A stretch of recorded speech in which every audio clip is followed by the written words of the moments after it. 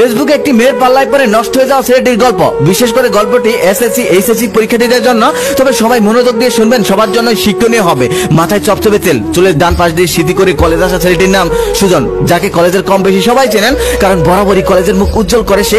ভালো রেজাল্ট করে, যেমন আচার ব্যবহার তেমনি ব্রিলিয়েন্ট স্টুডেন্ট। তবে তার পোশাক আশাক বা চলাফেরা এই যুগের ছেলে মেয়েদের মতো না, যার কারণে অনেকেই তাকে খ্যাত নামে চেনেন, আবার অনেকেই তাকে চেনেন না, কারণ সে সময় মতো কলেজ আসে, আবার কলেজ শেষ হলে বের হয়ে যায়। টিফিনে মাঝখানে যে সময়টা পায়, সে সামান্য খাওয়ার সময়টা বাদে সবসময় বই নিয়ে বসে থাকে।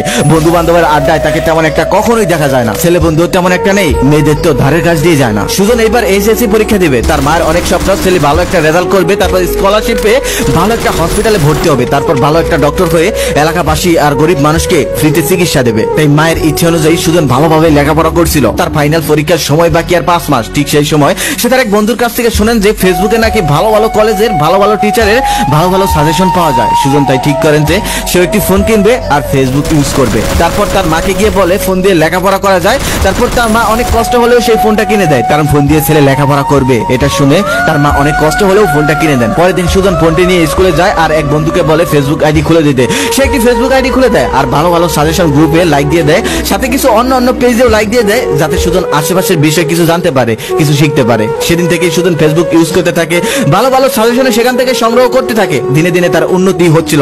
একদিন সুজন মনে মনে ভাবলো আমি নিজেও একটা সাজেশন পোস্ট করব। অনিচ্ছা সত্ত্বেও সে সাজেশনটা পোস্ট করলো। পোস্ট করে বেরিয়ে পড়ে। পরের দিন সকালে যখন ঢুকে দেখেন অনেক লাইক, অনেক কমেন্ট। এটা দেখে সুজন অনেক খুশি হয়। তারপর কলেজে চলে যায়। কলেজ থেকে এসে যখন সেই ফেসবুকে ঢোকার পর দেখেন একটা মেয়ে তাকে অনেকগুলো মেসেজ দিয়েছেন। সেখানে কিছু মেসেজ এমন ছিল, ভাইয়া আপনি তো অনেক ট্যালেন্টেড, ভাইয়া আপনি যে সাজেশন গুলো শেয়ার করেছেন সেটা আমার জন্য অনেক উপকার হয়েছে, আমার পরীক্ষায় সেটা 95% কমন পড়েছিল। সুজন এটা শোনার পর অনেক খুশি হয়, বলে আমি জানতাম না আমার পোস্টটা কারোর জন্য এতটা উপকারী হবে। মেয়েটা তখন বলে আপনি তো অনেক ট্যালেন্টেড একজন লোক, আমি কি আপনার বন্ধু হতে পারি? সুজন তখন একটি রিয়েক্ট দেয়। মেয়েটি বলে হাসছেন কেন, আমি কি আপনার বন্ধু হওয়ার যোগ্যতা রাখি না? সুজন তখন বলে আরে না, এটা না, আসলে জীবনে কখনোই কোনো মেয়ে আমাকে বলেনি আমার বন্ধু হতে চায়, তাই আমি হাসলাম আর কি। মেয়েটি তখন বলে কি বলেন, আপনি একজন ট্যালেন্টেড ছেলে, আপনার কোনো মেয়ে বন্ধু নেই, এটা কি মানা যায়? তারপর এভাবেই কথা বলতে বলতে রাত 11টা বেজে যায়। সুজন ঘড়িতে তাকিয়ে দেখেন রাত 11টা বেজে গেছে। সেদিন সুজন তাকে বাই বলে সেখান থেকে বের হয়ে যায়। বের হয়ে পড়তে বসে, কিন্তু পড়া তেমন একটা হয় না। ওই মেয়েটাই মাথায় ঘুরপাক খেতে থাকে। পরের দিন সুজন মনে মনে খুব খুশি,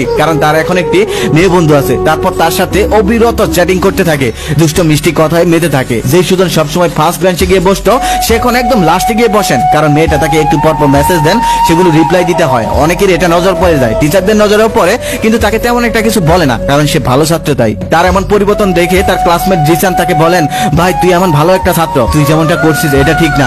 অপরিচিত একটা মেয়ের সাথে কথা বলে যে সময়টা নষ্ট করছিস, এই সময়টা তোর জন্য নষ্ট করা মোটেও এখন ঠিক না, কারণ আমাদের সামনে ফাইনাল পরীক্ষা। আর তোর মা তোকে নিয়ে কত স্বপ্ন, তোকে কত কষ্ট করে লেখাপড়া করাচ্ছে, অন্যের বাড়ি কাজ করে, তুই এই জিনিসটা মাথায় রাখিস। সুজন তখন রাগ করে তাকে বলে আমারটা নিয়ে তোকে ভাবতে হবে না, আমারটা নিয়ে আমি ভাবছি, তুই তোরটা নিয়ে ভাব, তোর চিন্তা কর। জিসান তখন মন খারাপ করে সেখান থেকে চলে আসার মনে মনে ভাবতে লাগে সামান্য একটা মেয়ের জন্য যেই কাজটা করছে এটা মোটেও ঠিক করছে না, কারণ জিসান এই মেয়েদের সম্পর্কে আগে থেকেই জানে।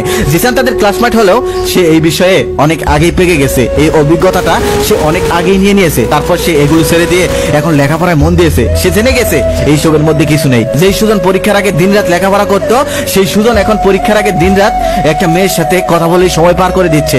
লেখাপড়ার মধ্যে তার কোনো মন নেই। পরীক্ষার আগের রাত্রেও সে সারা রাত মেয়েটার সাথে কথা বললো আর কোনো প্রস্তুতি ছাড়াই পরীক্ষা দিতে গেল। পরীক্ষার হলে গিয়ে জিসানকে ডাক দিয়ে বলতেছে, ভাই দেখতো আজকের প্রশ্ন এত কঠিন কেন? জিসান তখন মনে মনে ভাবতেছে আজকের প্রশ্ন কঠিন হয়নি, তুই এই পরীক্ষায় প্রস্তুতি নেসনি, তুই তো সময় নষ্ট করেছিস ওই মেয়েটার পিছনে। তারপর তাদের পরীক্ষা এভাবে শেষ হয়ে গেল। সুজন সারা দিন রাত সেই মেয়েটার সাথে কথা বলে। যেদিন রেজাল্ট দিবে, সুজনের মা অনেক কষ্ট করে টাকা জোগাড় করলো, গ্রামবাসীকে মিষ্টি খাওয়াবে, কারণ তার ছেলে ভালো একটি রেজাল্ট করবে সে আগে থেকেই জানতো, কারণ বরাবরই সে ভালো রেজাল্ট করে আসছে। তারপর রেজাল্টের দিন সুজন কলেজে গেল। সেখানে গিয়ে দেখলো রেজাল্টের শিটে তার নাম নেই। সে অনেকটা খোঁজার পর নাম পেল না। তারপর জিসানকে বললো, জিসানও দেখলো। তারপর অবশেষে দেখলো সে ফেল করেছে, তাও আবার 3 সাবজেক্টে। এটা দেখার পর তার মাথায় আকাশ ভেঙে পড়লো। সে আর বাড়িতে গেল না, অনেক সন্ধ্যা হয়ে গেল। তারপর সে বাড়িতে গেল, গিয়ে দেখলো তার মা তার অপেক্ষায় বসে আছে, তার রেজাল্ট আসবে আর তার মা পুরো গ্রামে মিষ্টি খাওয়াবে। তখন গিয়ে তার মাকে বললো, মা আমি পাস করতে পারিনি, আমি তোমার স্বপ্ন পূরণ করতে পারিনি। এটা শোনার সাথে সাথে তার মা অজ্ঞান হয়ে গেল। তারপর তাকে পানি টানি দিয়ে সুস্থ করানোর পর তার মা যখন ঘুমিয়ে গেল, তখন সে একটু ফেসবুকে ঢুকলো। ঢুকার সাথে সাথে সে মেয়েটাকে মেসেজ করলো, কেমন আছো, কি করছো? মেয়েটা রিপ্লাই লিখলো আর মেয়েটা রিপ্লাই করলো, এই তো বয়ফ্রেন্ডের সাথে কথা বলছি। এই কথাটা শোনার পর সুজনের মাথায় আকাশ ভেঙে পড়লো। বললো। সুজন তখন বললো তোমার বয়ফ্রেন্ড আছে, আগে তো বলনি। মেয়েটা তখন বললো আজকেই বানিয়েছি। তুমি তো ফেল করেছো, ফেল করা ছাত্রীর সাথে আমার কোনো সম্পর্ক থাকতে পারে না। তারপর আর সুজন তার সাথে কথা বলতে পারেনি, কারণ সেদিনই তাকে ব্লক করে দেওয়া হয়েছিল। যারা বর্তমানে লেখাপড়া করতেছো তারা এই কথাটা খুব ভালোভাবে মনে রাখো, ছেলেদের সফল হতে হয় আর মেয়েরা সফলদেরকে খোঁজে। তাই লেখাপড়ার সময় মেয়েদের পিছনে সময় নষ্ট না করে সময়টা লেখাপড়ার পিছনে দাও, তাহলে জীবনে ভালো কিছু হবে। মেয়েদের পিছনে ঘুরে কিছুই হবে না। সফলতা অর্জন না করতে পারলে খুব প্রিয় মানুষটাও তোমাকে ব্লক মেরে চলে যাবে।